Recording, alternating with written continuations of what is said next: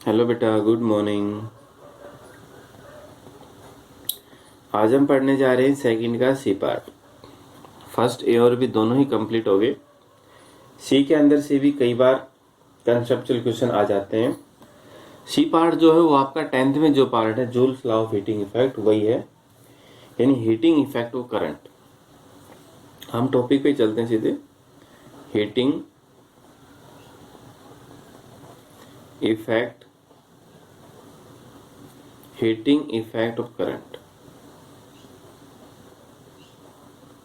जो बेटा heating effect current है, आपको फॉर्मूला पता है, 10th के अंदर आपने पढ़ा था, या joules law of heating effect. Joules law दोनों एक ही बात है।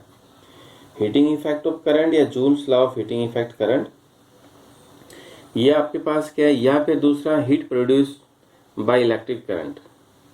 जो हीट प्रोड्यूस है बाय इलेक्ट्रिक करंट, एक ही बात है। और heat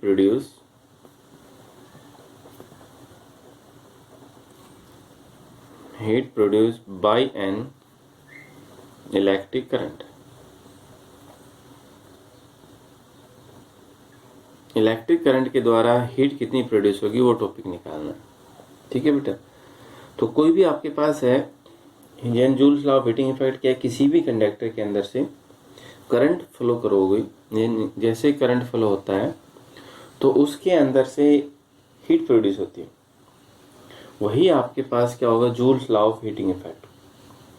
heating effect of the current और जूल्स हीटिंग इफेक्ट दोनों ही एक बात होती है। फॉर्मूला था ये। इनका काज क्या है, joules law of heating effect का काज क्या है, जैसे कंडक्टर है उसके आउटर मोस्ट में फ्री इलेक्ट्रॉन्स भी होंगे। करंट जैसे पोटेंशियल सप्लाई करोगे तो वो इलेक्ट्रॉन आपस में एक दूसरे के साथ मूव करेंगे। जैसे एक दूसरे के साथ आपस में मूव हुआ, कोलिजन उनके बीच में होगा। कोलिजन के दौरान अमाउंट ऑफ हीट प्रोड्यूस होती है। फिर वो हीट है आपने मेजरमेंट करनी है, वही आपके पास क्या होगा, joules law of heating effect. देखिए इसमें हमें मानना एक रेजिस्टेंस बॉक्स है, ये बेटा एक रेजिस्टेंस बॉक्स कितना होगा, आर। इसको आपने एक सेल से जोड़ दिया, ये सेल है। ठीक है। करंट आपने पास किया आई, यहां से कितना होगा आई, तो बेटा पोटेंशियल डिफरेंस होगी दोनों पॉइंटों के बीच में, यहां से लेके यहां तक, ये पोटेंशियल डिफरेंस। ठीक है। तो हमें माना है जैसे ए और क्या मान लिया, ये बी। Consider a conductor. एक कंडक्टर माना आपने ए और बी। ठीक है बेटा। Consider a conductor A B of resistance कितना है, आर, शोन इन फिगर, जैसे कि फिगर में दिखाया गया। If V be the potential difference, let V be the potential difference, suppose V be the potential difference। V है आपके पास बेटा क्या, potential difference across conductor AB। AB के दौरान जो पोटेंशियल डिफरेंस है कितना है बेटा, वो V। I be the current passing, I है बेटा current flow through AB, flow through conductor. जो कंडक्टर है वो आपके पास क्या बेटा, AB। T है टाइम, स्मॉल टी भी इसमें यूज होगा। स्मॉल टी बेटा क्या होगा, time for which the current flow, time for which the current is flow. हो गया। ये बेटा आपके पास। अब हमें चाहिए टोटल चार्ज चाहिए। हमें क्या निकालना बेटा, टोटल चार्ज चाहिए, यानी हमें हीट प्रोड्यूस निकालना है। तो हीट आपके पास एक एनर्जी है, एनर्जी को निकालने से पहले आपने वर्क डन चाहिए, फिर वो वर्क डन उसी एनर्जी के अंदर कन्वर्ट हो जाता है। तो वर्क होता है पोटेंशियल इनटू चार्ज। बेटा वर्क है वो आपके पास क्या होगा, potential into charge. Therefore total charge,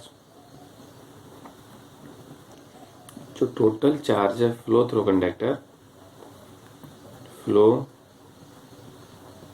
through conductor A B is, तो I इज इक्वल टू बेटा क्यू अपॉन टी। तो q is equal to I into t. ये चार्ज है बेटा टी टाइम के अंदर फ्लो होगा। The charge is flow with a time period of T second, t second के अंदर फ्लो होगा। But according to the definition of work done in case of potential,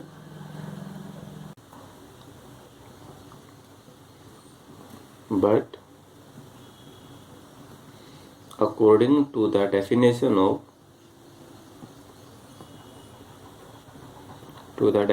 of work done in term of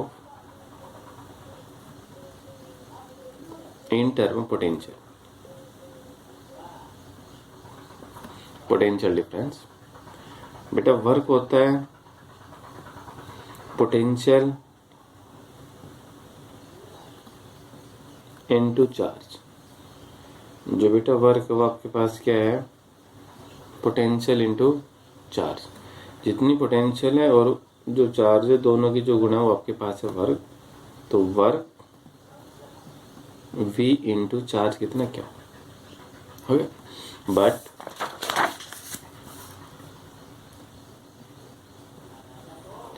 according to Ohm's law,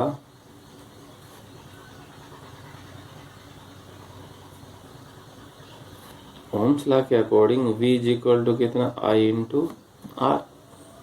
v किसके बराबर होता है बेटा, I into R. तो it implies जो आपके पास v is equal to I R आया,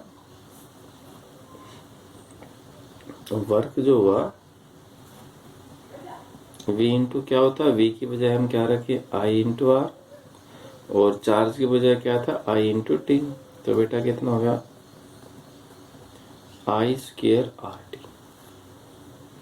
ये वर्क डन होगा, work W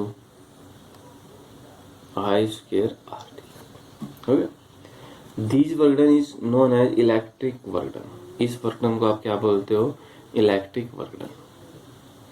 These work done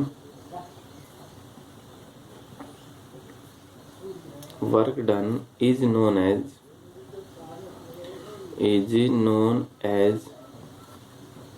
electric work done।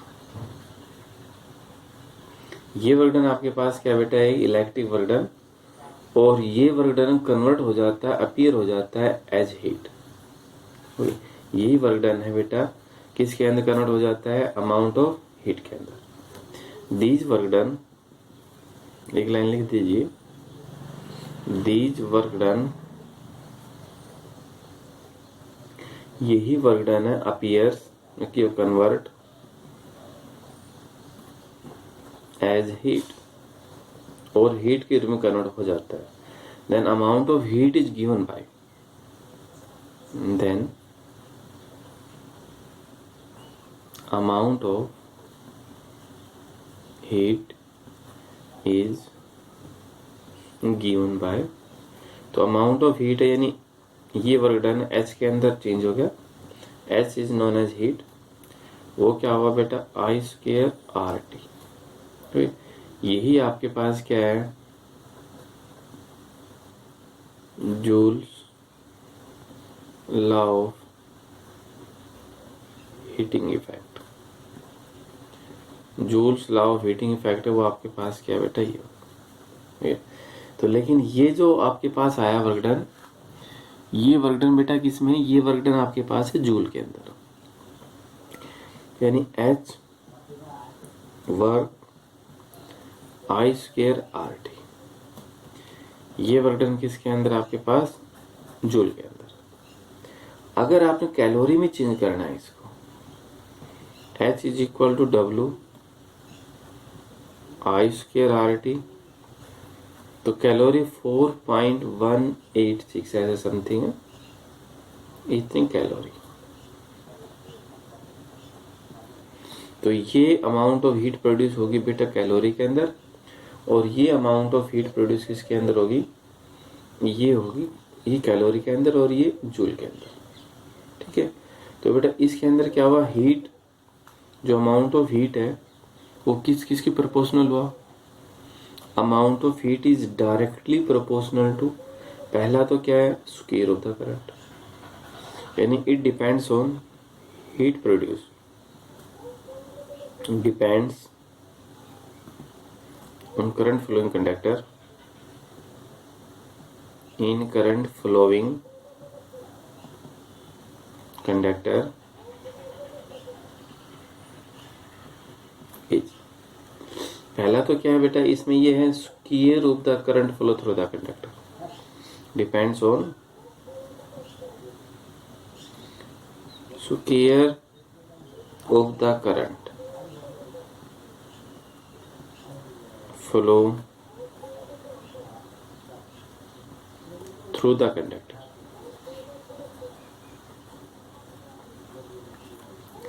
और दूसरा क्या है बेटा यहाँ पर आर क्या, resistance of the conductor, resistance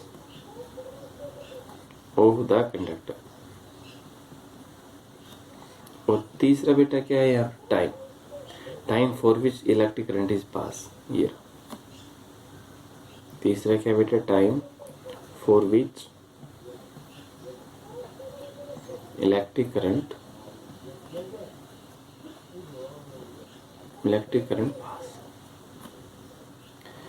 pass through the conductor. तो बेटा जो अमाउंट ऑफ हीट है किसी भी कंडक्टर के अंदर से प्रोड्यूस होगी वो आपके पास क्या होगा, वो इन फैक्टर के ऊपर डिपेंड करेगी। वो ये जो तीन फैक्टर है इन फैक्टर के ऊपर डिपेंड करेगी कि एक तो स्क्वायर ऑफ द करंट, जो करंट उस कंडक्टर के अंदर से कितना फ्लो होता है, तो उसका क्या है, स्क्वायर। तो यहीं लिखा है square of the current flow through the conductor. उस करंट में रेजिस्टेंस क्या है, रेजिस्टेंस ऑफ द कंडक्टर। और तीसरा time for which the electric current is passing through it's, एक वो टाइम पीरियड हमें चाहिए जिसमें से इलेक्ट्रिक करंट पास होता है। तो जो ये तीन फैक्टर है इनके हेल्प से ये आपके पास क्या बेटा, डिपेंड है। तो ये आपके पास था एक Joule's law of heating effect of current, Joule's law या heat produce by electric current, electric current के द्वारा हीट कितनी प्रोड्यूस होगी कंडक्टर के अंदर, वो आपके पास है। ठीक है बेटा, अगला वीडियो हम अगले लेक्चर में बनाएंगे, जो अगला लेक्चर के अंदर अगला टॉपिक होगा। Thank you.